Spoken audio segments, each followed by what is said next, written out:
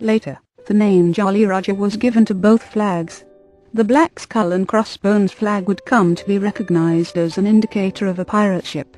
The skull and two bones, however, had the New World Order 31 a much deeper meaning to the original Templars who sailed under the flag. Their insignia represented resurrection. The Catholic Church taught that the resurrection of man was a bodily resurrection. But the Templars believed, contrary to the Church, that only a skull and two bones needed to be buried in order for a person to be admitted into heaven. The skull and crossbones became a popular motif on Templar graves. To those who had dedicated their wealth and committed their lives to the Templar Order, the skull and bones suggested that the Templar organization itself had been resurrected. The Templar fleet, in particular, was alive and well. It had survived the army of the French king and the Roman Pope, and would conquer again. Just as the Templars had used military organization during the Long War against Islam, they now used military organization against their new enemies. Upon coming into contact with a ship, the skull and crossbones would be raised.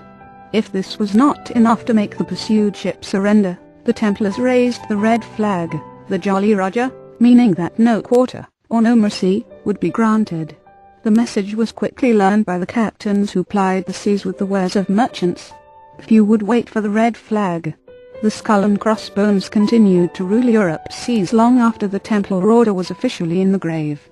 The New World too would be threatened by the skull and crossbones, and well after America's independence the remnant Templars would still exert their influence and power.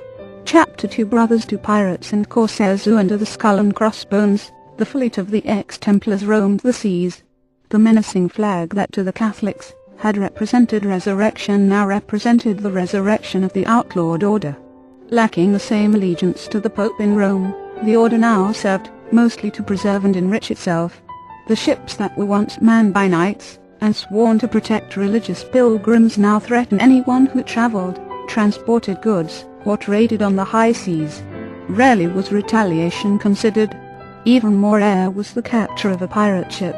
It was said that in that event, a flash of a secret signal might allow a pirate ship to pass from its captors. Templar power was not to be underestimated. The fragmented Templars had succeeded in the goal of resurrecting the order. At the same time, the pirates who ravaged the seas would keep alive the Templar ideals of liberty, equality, and the protection of their own. Ironically, the ideals of a corrupt organization would become the basis of American democracy. Pirates aboard a former Templar ship ran the ship in the same fashion as a Templar preceptory, a model that was based on life in a Cistercian chapter house. What did monks, pirates, and Templar knights have in common? Democracy. While there was no example of a democratic nation at that time and writers such as Voltaire, Jefferson, and Rousseau would not be born for another 400 years, Templar 32 Brothers to Pirates and Corsairs 33 Pirates and Cistercian monks practiced democracy. Within the confines of the monastery, the preceptory, and the pirate ship, leaders were elected by their peers, and could be removed by them. It was a concept foreign to a feudal system, where birth and property determined title and position. No one person was absolute. Leaders were expected to act in the interest of the group.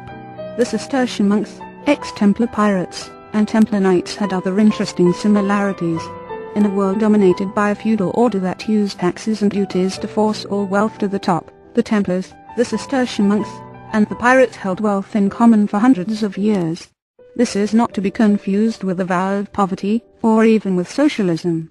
Rewards such as greater amenities were given to those who exercised more responsibility.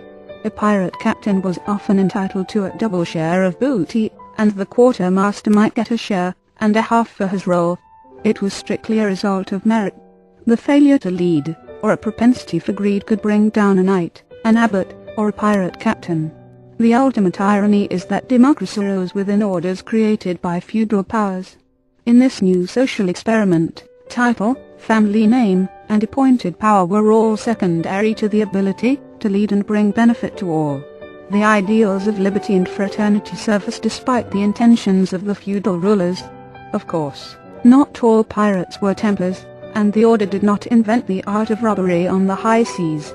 The ex-Templar pirates, however, were very distinct from other organized pirates.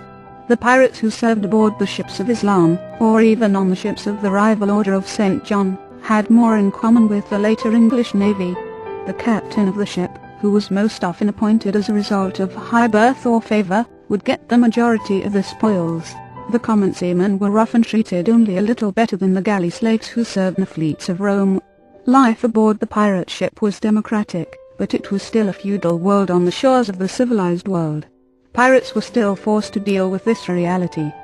For example, ships were enormously expensive, 34 piracy, a merry and a short life, and therefore piracy was an institution that was generally not open to the average man. In a world that knew no form of capitalism, there were few ways to accumulate the funds to buy a ship.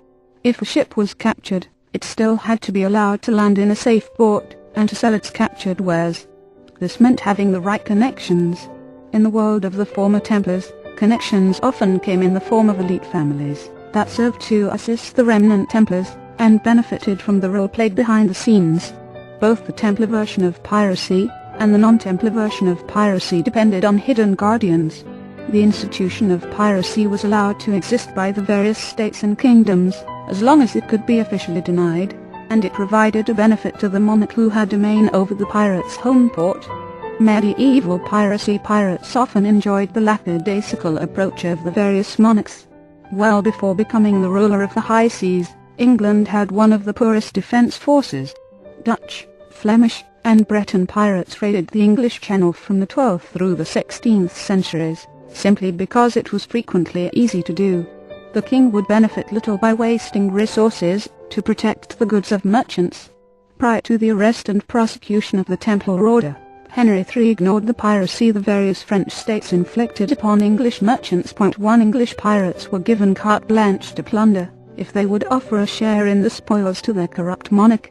This pattern repeated itself in the American colony centuries later, when governors turned not a blind eye, but a greedy eye on the profits made by pirates.